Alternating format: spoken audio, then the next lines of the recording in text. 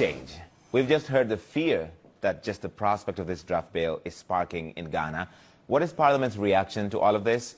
With me now is Sam George. He's a Ghanaian MP and a member of the National Democratic Congress, and he is one of the sponsors of the bill. Thank you so much for being here, sir. Why are you pushing this bill that would legalize hate and homophobia in Ghana? A very good afternoon to your viewers, and I do not understand what you mean by pushing a bill that will legalize hate and homophobia.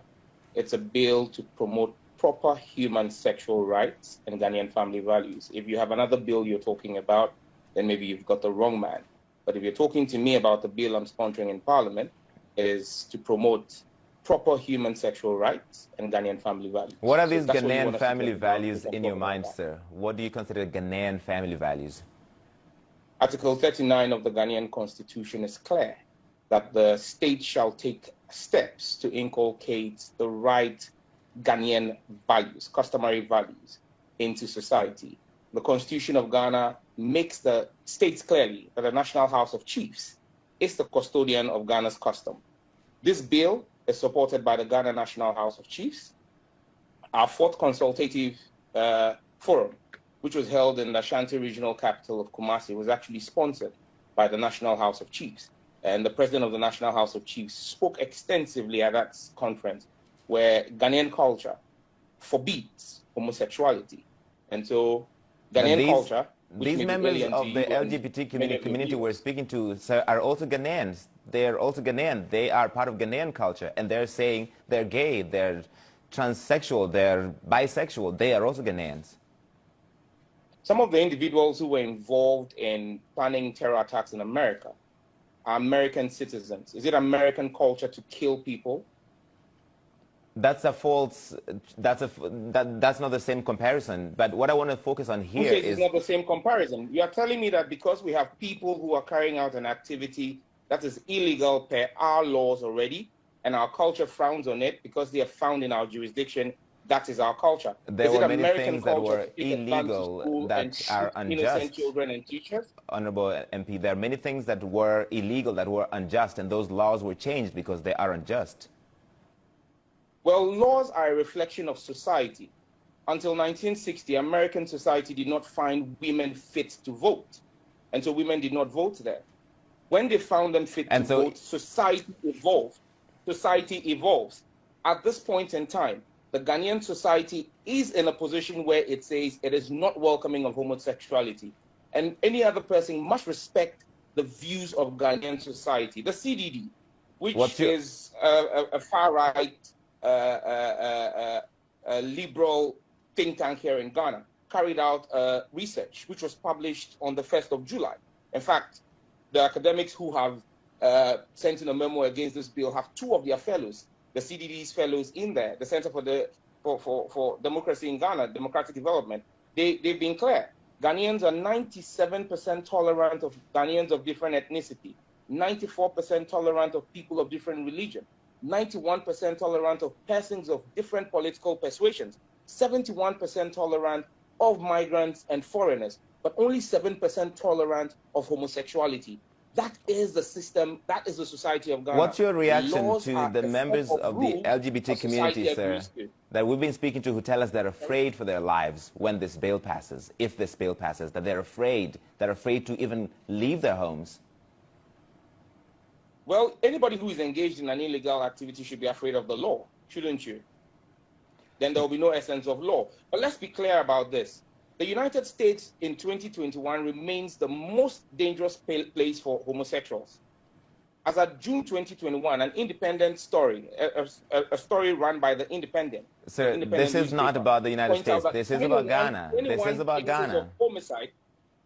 This is about Ghana, so I want to focus on Ghana, sir. Hang on. Let me ask the question. Let me ask you the question, sir. This is about Ghana. You are, as part of this bill, legalizing conversion therapy, which UN experts consider torture. Do you believe that homosexuality can be medically treated? Well, tell me how individuals who are born men and decide to become women. That's not an answer. Do you believe that people can be cured of homosexuality by some sort of treatment?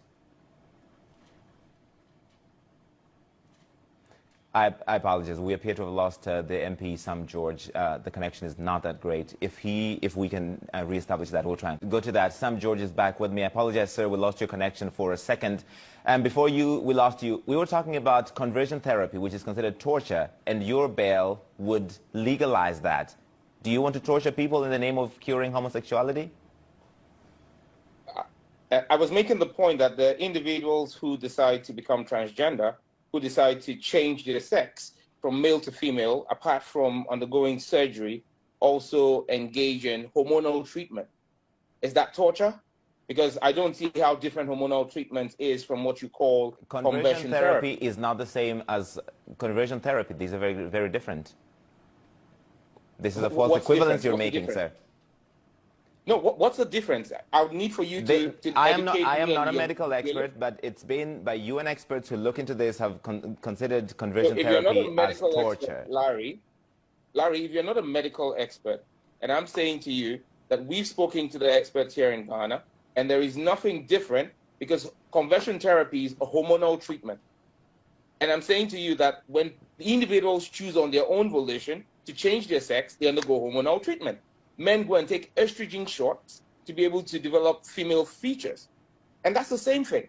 That is not the same thing. That is not the same thing. But I want to move away from that because you talked about the United States. You talked about the United States. This American organization held a conference in Accra in 2019. And shortly after, you introduced a bill with the same language, including family values. So you're influenced by a right-wing organization, which is considered one of the most hateful organizations exporting hate around the world. Is that correct?